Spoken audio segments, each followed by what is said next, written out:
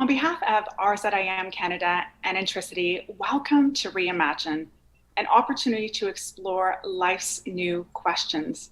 As a means of introduction, my name is Alana Walker-Carpenter, and I will be your host today. Whether you have a little faith, a lot of faith, or no faith at all, we hope that this will be a safe landing ground for us to explore truth, post-truth, my truth during this unexpected season. For those of you who are engaged on social media, our hashtag is Reimagine 2020. That's Reimagine 2020. And for those of you who desire to ask a question today, simply click on the right-hand side of your screen, and that will come directly to us. It is my pleasure to introduce to you our guest today, Dr. Tanya Walker, speaker with RZIM, as well as the director of OCA, the Oxford Center for Christian Apologetics. Tanya speaks internationally in business, political, and academic settings. As the Dean of OCA, she raises thinkers and communicators. And prior to these roles, she held numerous roles in the political sphere. She lives in the UK with her husband, Toby, and together they have 3 young children. Welcome, Tanya. For having me. Nice to be here. Our industry leader today is Penny Hicks, Managing Director of the Globe and Mail. Penny has over 15 years of experience driving business growth in news and business. She is presently the Managing Director of Client Relationships for the Globe and Mail. And prior to that, she's managed such iconic media brands as the publisher of Maclean's magazine and the group publisher for Chatelaine and Today's Parent. She lives in Toronto with her husband, Simon, and together they have 2 children, Hallie and Gavin. Welcome, Penny. Thank you for having me. Hi, everyone. So friends, we'll start by asking you both an opening question, and then we will transition over to Tanya's poignant remarks on truth today. And then Penny, you and I will have an opportunity to re-engage in the conversation. So Penny, this first question goes to you. The mission of the Globe and Mail is to make Canada better, to make Canada better. How does truth-telling make Canada better, or essentially any nation better? Thank you for the question, Alana. I love this question. Truth-telling makes Canada better because it creates an informed public. So we'll talk about that a lot today, an informed public. An informed public is always the catalyst for positive and effective change. And Canadians and the public turn to the Globe and Mail because they rely on us for our journalistic integrity and credibility. And what that means is that readers can rely on us to go deep into research, bring intelligent writing forth, look at sources, do fact checking, create a balanced perspective. And from my perspective, I really believe that the role of journalism as truth teller is a defining characteristic in democracy. So to make Canada better, I really believe we have the responsibility to hold society and our institutions to account. That means, holding government, police forces, corporations, industry leaders, all to account, digging into issues that are rather uncomfortable but important to shed light on, like racism, truth and reconciliation, mental health, all tough issues, but so important to shed light on those and create and enable the public to become informed and shape their own opinion. And with that, the public can take charge of that issue, galvanize, and really create positive change. It can be in big ways like a policy change. It can be a shift in mindset, which is so powerful. And of course, even sparking new innovation and opportunity. So again, the root of making Canada better as truth teller is really to enable and create an informed public. Thank you, Penny. So an informed public, holding those institutions and organizations accountable, how critical that is. And being a Globe and Mail subscriber myself, I want to just send my accolades and praise about how well the Globe and Mail has covered Black Lives Matter in just such a balanced and well-informed perspective. Tanya, this next question is for you. Prior to your current role, as I alluded to, you worked in the political sphere. How did you present truth so it did not isolate other people who held a different perspective? Essentially, Tanya, how do we present our own truths without isolating others? Yeah, I love the heart of that question and that sense of we have seen enough of discord and division, and yet it's important that we talk about reality and that we don't just kind of limit ourselves to the world of belief as opposed to fact. Um, I've always thought, I think part of the issue is perhaps that we have begun to conflate ideas and people. And so that we think that if we disagree with an idea, it's the same thing as excluding and disliking that person. And maybe there's a bit of connecting work to do for us again, where we might be more robust with ideas and more gentle with people. And I think a lot of it is to do with plain old-fashioned character, virtues, humility, kindness, gentleness, the ability to be robust in ways of thinking whilst being gentle towards people. And of course, I stand within the Christian faith. And so I look to the person of Christ as my model and find that there is an ability to bring challenging truth claims and challenging disagreement, and yet to do so inclusively. So I aspire to that and want to do that. And I feel we desperately need it. Across the globe, I was going to say in our culture, but across the globe, we desperately need this ability to speak openly and frankly, but kindly. Mhm. Oh, I love that, Tanya. There has been so much division this year, so much division. And yet I hear you saying we can have these robust conversations and generate ideas, but do it so gently and with respect and regard for the person. It reminds me of one of my favorite Bible passages: be wise as a serpent and gentle as a dove. Tanya, we have so much more to lean in to garner from you. So we are going to hand things over to you and look forward to re-engaging with you in 15 minutes. Over to you, Tanya. Great. Well, thank you for that. And I'll get straight into it and say that some time ago, I watched the movie I, Tanya. It's the story of the American figure skater who gained notoriety and became implicated in a violent attack on a fellow competitor. It's directed by Craig Gillespie and written by Stephen Rogers. And the whole story revolves around the question, what really happened? Trying to get to the bottom of it, the truth of the matter. Who was involved? Who knew what and when? How were the characters connected? And maybe most elusive of all, whether and to what extent Tanya Harding herself was behind the attack. And the trailer to the movie begins with the voice of Margot Robbie, who does a brilliant job of playing Harding in the movie. And her words say, the haters always say, Tanya, tell the truth. There's no such thing as truth. Everyone has their own truth. And moments later on the screen, as the trailer moves forward, flash the words based on the insane true story. I couldn't help but chuckle at what I'm hoping was an intended irony. We're a generation confused about truth. We were manipulated by the postmodern story that told us any communication of absolute truth is a tactic of power, never stopping to ask what power was being outworked in that claim. We were told that truth is relative. Our next question ought to have been, is that an absolute statement? It was insisted there's no such thing as truth. And I wish we had stopped earlier in the process to ask ourselves, is that statement true? I can't remember which philosopher it was who said, anyone who tells you there's no such thing as truth is asking you not to believe them. And it seems to me we're a generation having sown the wind and reaping the whirlwind. We try to cut out truth from our foundations and have found that it was not a decorative addition and that the house is crumbling. And today I want to take a closer look at this concept, truth.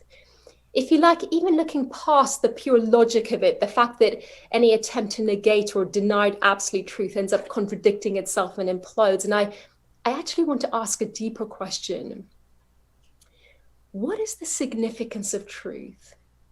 And specifically, what is the significance of truth to a flourishing life? And I'm going to share 3 snapshots, 3 headings really, just to get us started. Truth and meaning, truth and purpose, and truth and connection.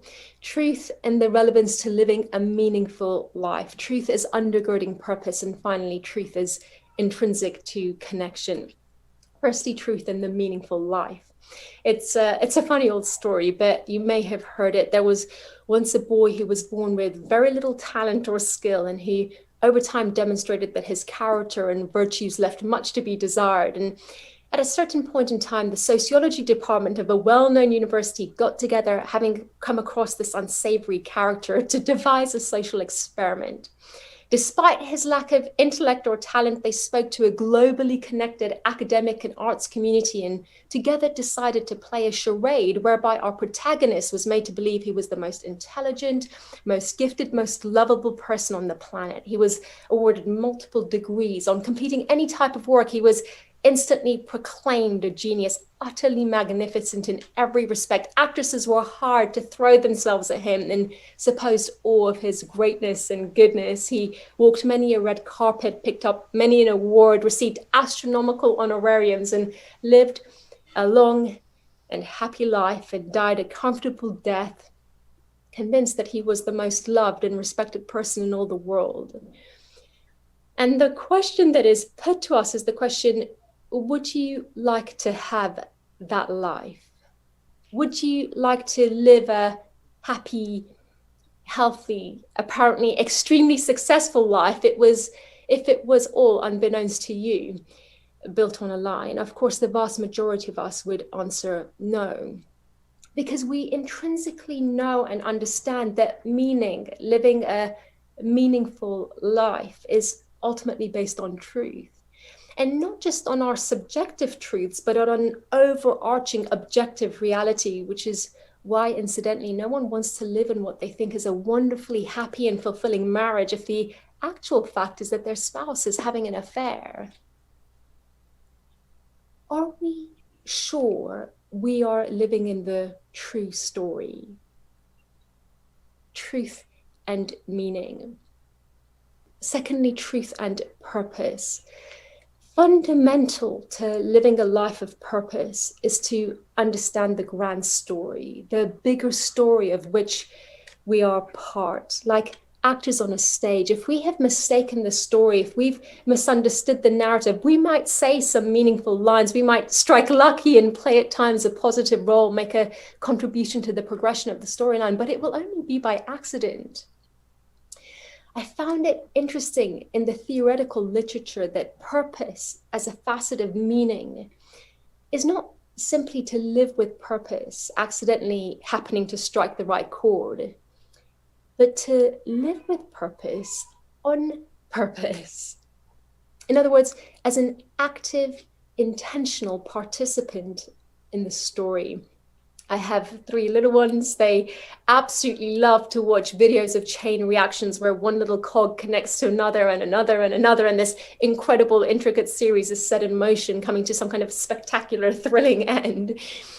Of course, you can construct all sorts of purposes without an explicit reference to a bigger narrative, a bigger truth. I can set goals for myself, set my sights on one achievement or another, one trajectory or another. But an individual in a vacuum, floating free, has quite literally no impact.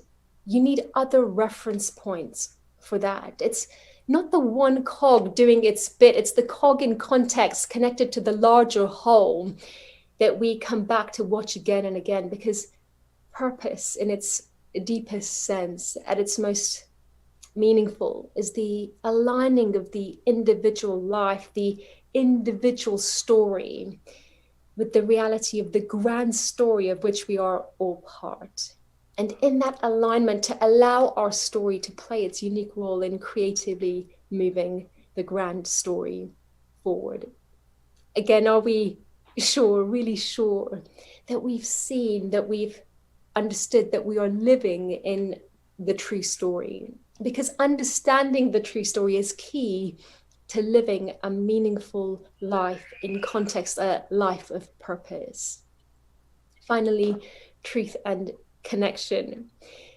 There was a Twitter thread running recently about the worst mistake you've ever made at work. And my personal favorite was Paul Sheehan, he's a radio presenter, saying that he'd once led a guest all the way to a studio on the 6th floor, believing all the while that he was blind. This turned out to be false information. The guest in question was in fact perfectly able to see and was there because he was in the running to become a political party leader at the time. And the tweet read, "I held his arm tenderly and talked him through any potential hazards throughout." If we get the story wrong, there are, of course, moments of comic hilarity, embarrassing moments that make us want to cry and laugh at the same time. But more often than not, if we get the story wrong, if for some reason we misunderstand the parts, the players, almost certainly and almost always there's a loss of relationship, lost connection, loss of what could have been and should have been, star-crossed lovers that just miss each other, friends who misunderstand motive and context and live in heartbreaking enmity, missed connections, missed understandings. And the older I get, the more truth, the more reality matters in relationships. If someone has hurt you, if someone has wronged you, if you have wronged someone else, sure, you can brush it under the carpet and move on, but in the end, it creates distance and dissonance, and the relationship is lost.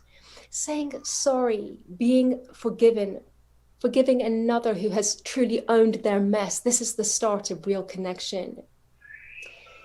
This is why I've found the cross of Christ compelling. This is God being real with us. God refusing to whitewash or belittle our actions or our pain. God taking seriously our poor choices, the wrongs we've done others. God taking seriously the injustices we have suffered and the tears we have shed. God seeing clearly the truth of who we really are, complex mixtures of oppressors and victims rolled into one, needing in equal measure forgiveness and healing. When we think about truth, our tendency is to think in abstractions, in the realm of concepts, facts, figures, doctrines, even impersonal, static. The gospel message unflinchingly pulls us back to the risk, to the vitality of relationship, truth ultimately located and undergirded in a person.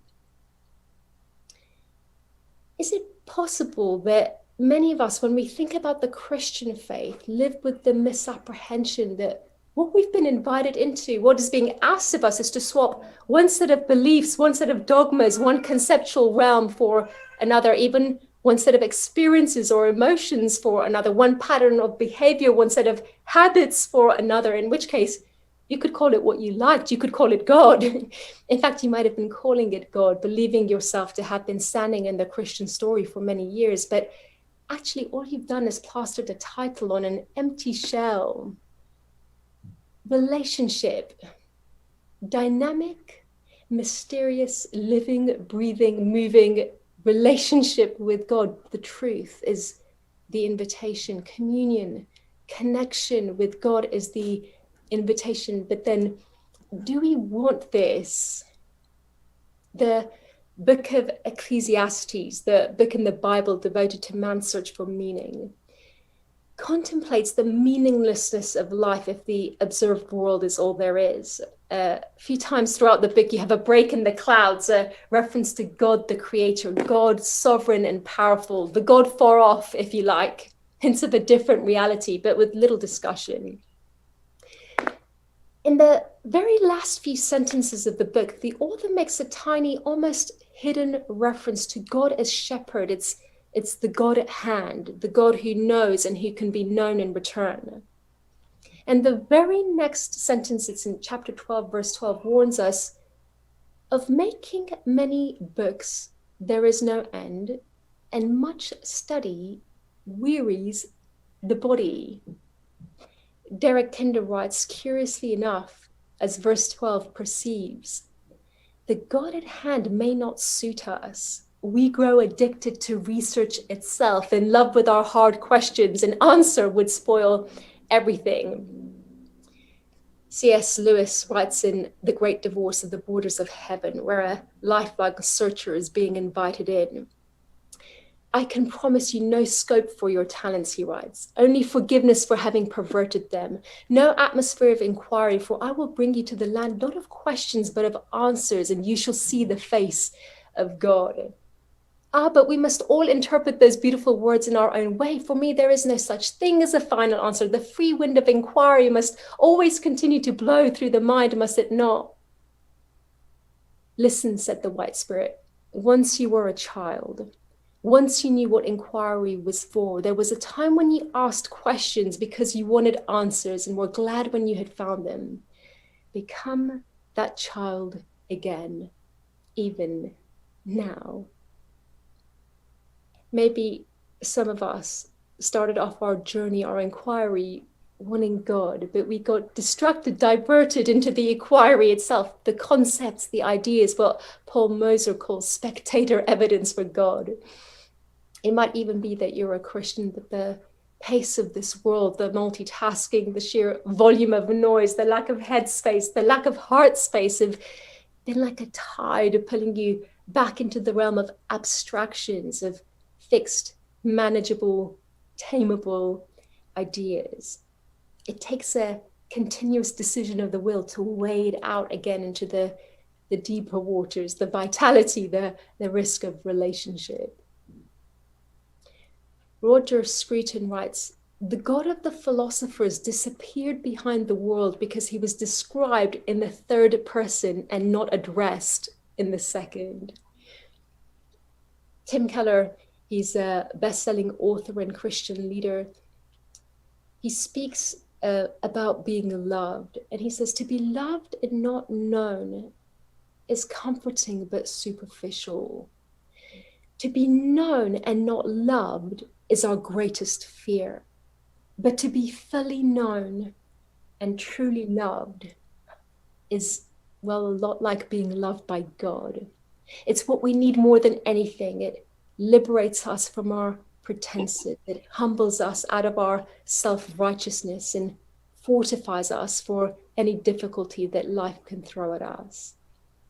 And it strikes me that if it's true that God made us, knows us, loves us, and is the author of the big story into which all of our individual stories fit in and find their true significance and worth, then the greatest single factor that determines the extent of our flourishing is the extent to which we are connected to him. Which is why ultimately the invitation of the Christian faith is not to know the truth about God, but to know him. Meaning, purpose, connection, flourishing, and the significance of truth. Just some very brief snapshots to get our conversation started. Oh, thank you, Tanya. I'm reminded by your remarks that God is inviting us into his story, and he wants to be part of our story, and that we all desire to be fully known and fully loved. Fully known and fully loved. And we do need to make that headspace and heart space to explore questions like you posed right from the get-go, Tanya. What is the significance of truth to a flourishing life? Meaning, purpose, connection. Thank you, Tanya. Penny, to get us started in this next segment, this question is for you. Penny, we have heard so much about fake news, probably more this year than ever before. The Globe and Mail is known for deep investigative reporting with a balanced perspective with influential leaders. How does that commitment to truth impact you in your role in advertising? Thanks for the question, Alana. And Tanya, just to say thank you for taking us so deeply into the true story. So I'm, in my mind going between business and personal. So I'll stay here, of course, with the question as it pertains to the Globe, Alana. So, from an advertising point of view and how we connect with the market, and to be honest, the truth can be hard. particularly when we're talking about news, right? Often the news can be perceived as negative. We know we're going into the issues that need to be raised. There's hardships, there's atrocities. It's not always the front page of the newspaper is not always an easy place to be. And as a result, what we often see in the market is what's called news avoidance. It's an industry term, but for marketers and advertisers that don't want to align with the news and the truth, because it's difficult, and their perception is that there's a negative bias towards the brands that would participate in an environment like that. But the bottom line is that the truth matters. And we'll get to that later, but the truth matters, and we need to know the truth within our society, within our cultures, as we stated at the beginning, to really drive positive and effective change for all. So part of my job, in terms of speaking to the advertising community, is number one, to dispel the myth that aligning with a news brand like the Globe and Mail is bad for the brand. In fact, the opposite is true. When we look at the trust factor that our audience and the readership has with the Globe and Mail, what it's actually called is a trust halo, because the audience is so engaged and so trusting of that environment, it actually has a positive impression on the brands and marketers that support that environment. And that's actually hard for a lot of marketers to get their head around. And they prefer other, seemingly more friendly environments like lifestyle, sports, other environments like that. So that's really one of my big imperatives, is to show the impact of that trust and how it can positively impact brands. And the other arena that I really work hard at making the connection to is, which I think most of us might understand in our consumer lives, the term conscious consumers, I think is a term that might land with most people. You think about the values of an organization, you might investigate a supply chain for a particular brand, and where you invest and where you spend your money matters. And I am trying to, take that message, to the business community, and that marketing perspective and advertising perspective. Where you place your marketing spend matters. And when you invest in a publication like the Globe and Mail or the Guardian or the New York Times, you are actually underpinning the truth and the fabric of society and culture to make it better. So some heady principles there, but really trying to shift what we already kind of have digested personally and to take that into the business realm as well.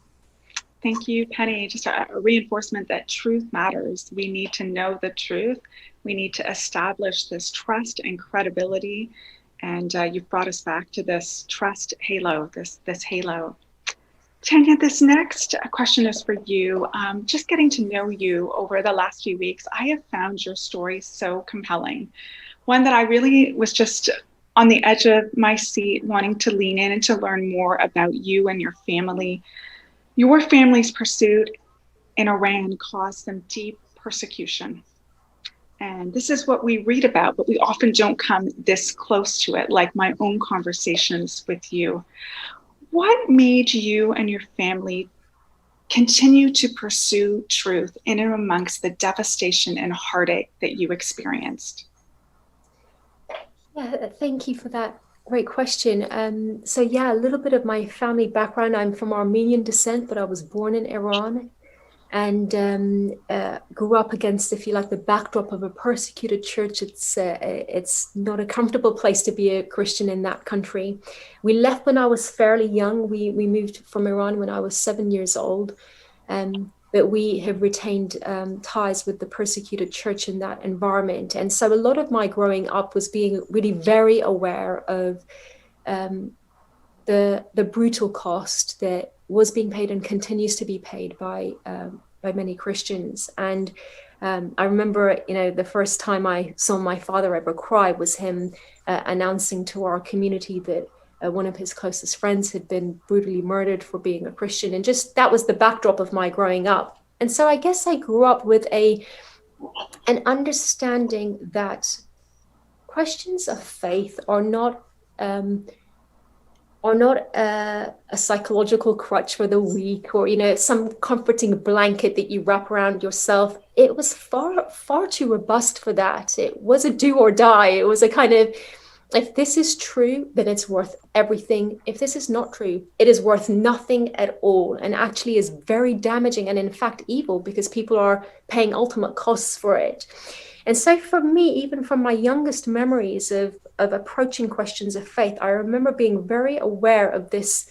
I had, even from a young age, a real sense of, if you like, the experience of God, a sense of the presence of God, the sense of something transcendent, something more than us.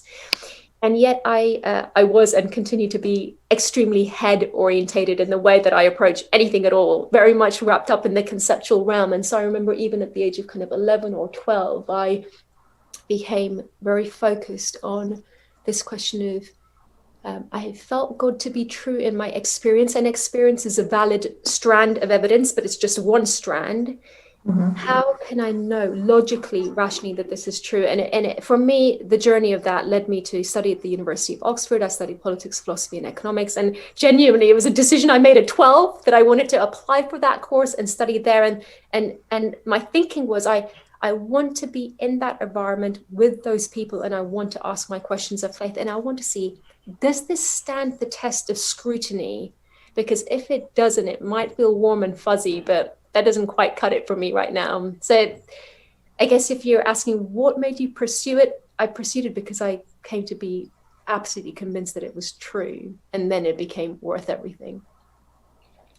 Thank you, Tanya. If it is true, it is worth everything. If it is true, it is worth everything. And at 12, which is the age of our son, you knew that truth within your heart and you wanted to pursue it. Penny, this next question is for you. What is your personal perspective on truth? And how do we broaden our perspective of truth? Mm-hmm. Thank you for the question. And, for our guests, Tanya and I have not really had the opportunity to connect much before this. So I'm just struck by some of the similarities, quite honestly. And I think, for myself, when I was around 9 or 10 years old, I did not grow up in a Christian home. It was an agnostic home. It wasn't an atheist home. It was agnostic, but not a Christian home. And I had this, just knowing, this sense of knowing that God was there. And I knew that I had a faith and that God was present. And, quite quickly thereafter, found myself seeking knowledge, community. I wouldn't have phrased it like that at 10 years old, but how that played out was church hopping. I would go down to my friends down the street, and if they were going to Sunday school, I would get in the car and go to church. So I visited many denominations and, began exploring. It was about information gathering. It was about looking for what the truth was, understanding. I was memorizing Bible verses, just soaking in what I believed to be true about the God that I knew. And that, proceeded through my teen years and through summer camps and wonderful experiences. However, there was a time when I became disillusioned, might be putting it too far. But Tanya, you said something earlier around the difference to know him versus to know about him. And I found myself moving from that experiential, kind of visceral experience to becoming much more cerebral. And as I went into university, I did a degree in religious studies focused on Christianity and Hinduism to start to get that intellectual perspective. And I really wanted to kind of balance out my faith perspective versus an intellectual perspective. And quite similarly, Tanya wanted to poke at, was the historical Jesus true? Despite my faith, what was true there? So it was fascinating and a wonderful experience and education, and beyond those two main religions, explored all religions, Buddhism, Taoism, Judaism, Islam. And so back to your question, Alana, around how do we broaden our perspective of truth? For me personally, really broadening my perspective around different faiths helped to only better inform my own, but also create a great appreciation for all walks of faith. And through the recognition of where we were different, but also where we found common ground. And I think particularly now more than ever, even in our secular, world, division has never been greater. There is so much polarization polarization. And, we particularly look here in Canada to the United States to see that in full play. But of course it is here as well. I think things are exacerbated south of the border, but we would be remiss to think that it's not a global pandemic when it comes to polarization and really no longer that same willingness to find that common ground. So from my perspective, broadening your perspective, stepping into another position, seeing through the eyes of others is really what's going to enable us to find empathy and connection. And I believe it's imperative. I believe it's imperative that we step forward that way. So it doesn't mean that we lose our faith or not. It's not about crediting other faiths. It's about understanding that. I'm not articulating myself well, but there's, we have to broaden our perspective just to find that connection and empathy for each other. And I believe that, truly is what Jesus would model as well, and what God would ask of us. Love that, Penny. Just in broadening our perspective, in leaning in listening slowly, allowing us to get better informed, for us to be able to find our common ground. Rather than looking at the divisions within each, a lot of nuggets for us to take away. One that I'll take away too, Penny, is it's not just about knowing about him, right? Mm-hmm. It's not just knowing about him, it's just having that deep personal relationship. Tanya, this next question is for you. It's from Mark. And Mark is asking a really important question, almost dovetails a little bit on what Penny was just saying. What is truth? And can there be more than one truth? Can there be more than one truth? I'd say that it depends what kind of truth we're talking about. When we're talking about overarching ultimate realities, I would say no, there can't be more than one, because truth by its definition is exclusive. In the sense that truth draws boundaries between what is real, what is true, and what is false. And so you can't have two contradicting or two competing, if you like, overarching realities. There is one overarching reality into which we all fit. But obviously, there can be multiple different truths in terms of, for example, what's true of my experience of the last hour might be different to how Penny experienced the last hour, or how you've experienced. And so there can, of course, there are subjective elements of truth. And so sometimes I think our confusion is that we speak at these two different levels, the subjective truths, which are true in terms of the truth about my emotions, the truth about my experience, the truth about my beliefs. But there are certain things that are just objective facts. So, for example, it's an example I've heard someone else use, but it's a good one. If you came up to me and you said, "Oh, Tanya, I've heard that you're married," and I said, "Oh, yes, I am," and you have children, "Yes, I do." "Oh, that's wonderful." And we have a conversation. Then you walk off, and 2 seconds later, you hear someone come and say, "Oh, I heard you were married," and I say, "No, I'm not." And they're like, "Oh, but you have children." No, I don't. It's these two things, they cannot both be true at the same time. I either am or am not married. I either do or do not have children. And you'd be thinking, I've misunderstood something. Maybe I didn't hear someone. And so this is just a basic facet of truth, that truth is exclusive. I think the question of how do we come to know this truth becomes the pertinent question. Once we realize that you can't embrace all things into one truth, even if you say all roads lead to God, what you're doing is actually excluding everyone who says that one road leads to God or some roads lead to God. If you say only one road leads to God, you're excluding everyone who says some roads lead to God or all roads lead to God. And of course, if you say some roads lead to God, you're excluding everyone who says only one road or all. So no matter which way you cut it, you're going to exclude some people. I think when we come to that realization, this is actually where we started this evening with me saying we've conflated ideas and people. If you can detach ideas and people, we can have the freedom to look at the ideas and engage with truth, but to do so humbly and gently with people. And I'm aware I haven't answered the second part of the question, which is how do we discover this truth? And I'd say that there are a number of different avenues. I think the one question, if you're looking at different worldviews, different lenses through which you can see the world, One would be, is this worldview internally consistent within itself? Is it saying things that make sense within itself, or does it contradict itself? That would be not a great starting point. A second question is, does it cohere with the reality out there? So, for example, the Christian faith is making some pretty bold historical embodied claims that Jesus lived, that he died, that he was resurrected. These are not abstract, conceptual, spiritual claims. These are historical claims. So the question, does this cohere with reality, ought to be relatively easy to lay to rest, looking at the historical record. And then the third question would be, is this experientially livable? And for me, I would say, because the Christian faith is the faith that makes these embodied historical claims, it's a good place to start, and it should be relatively easy to discard if actually on looking at the historical evidence, you come to believe Jesus isn't who he claimed to be, he didn't die, and he wasn't resurrected. And then you can just park it and move your inquiry elsewhere. And that's actually how I came into it when I began to look at the evidence, was to ask, if I can just get to the question of the resurrection, is this historically even possible? What does the evidence suggest? I became convinced it suggested that the resurrection did in fact happen.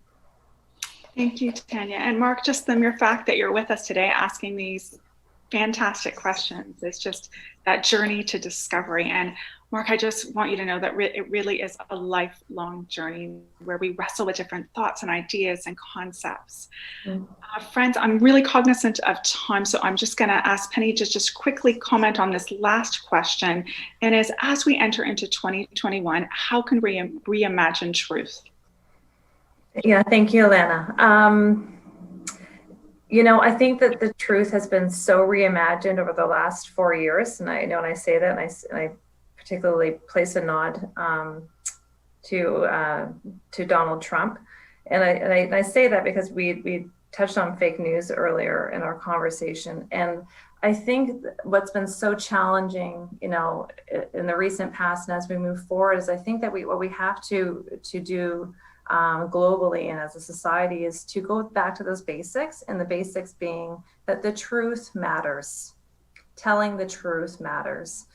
President Obama had an interview on 60 Minutes on Sunday night, and he referenced the term truth decay. He didn't coin it. A different organization has talked about truth decay, and that's worrisome. You know, we you know, culturally and as a global community have to reinforce the fact that truth actually matters, and that, you know, I think what's been challenging is that there seems to have been no consequence for not telling the truth. And so my hope for 2021 is that truth as a value and as something that truly matters rises to the surface again. And like to your point, Tanya, you know, there can be objective truths that we can collectively align on and differentiate between, well, fact and lie, and then a little bit more nuance between fact and opinion, right? So I think so I say back to basics for 2021. Truth matters. There's a difference between factual truths, objective truths, and lies. And then, of course, lots of room for opinion and dialogue and growth, and hopefully with, you know, opinions that are well informed. Oh, thank you, Penny. We've got to get right back to the basics. Truth matters. We cannot decay and erode truth. It needs to come back to the top. Tanya, Penny, this has been a robust and honest conversations about truth on multiple scales. I'm so grateful for the both of you and the contributions that you have made together today. Thank you so much. For those of you who are interested in taking a look at this once again or sharing it with a friend, this segment will be posted on both of our websites, so www.rzim.ca and www.intricity.ca. We invite you to our final session next week, where we dovetail on that conversation that we just had, but what does it look like to reimagine 2021 altogether? What does it look like to reimagine what 2021 can look like? And we will be joined by Andy Moore, and Andy is the director of Festival of Thought, as well as Darren Haneen, director of UX for Shopify. So thank you again, Tanya, Penny. Thank you to our guests. And I will just conclude with one of my favorite Bible passages. You will know the truth, and the truth will set you free. Thank you for joining us today.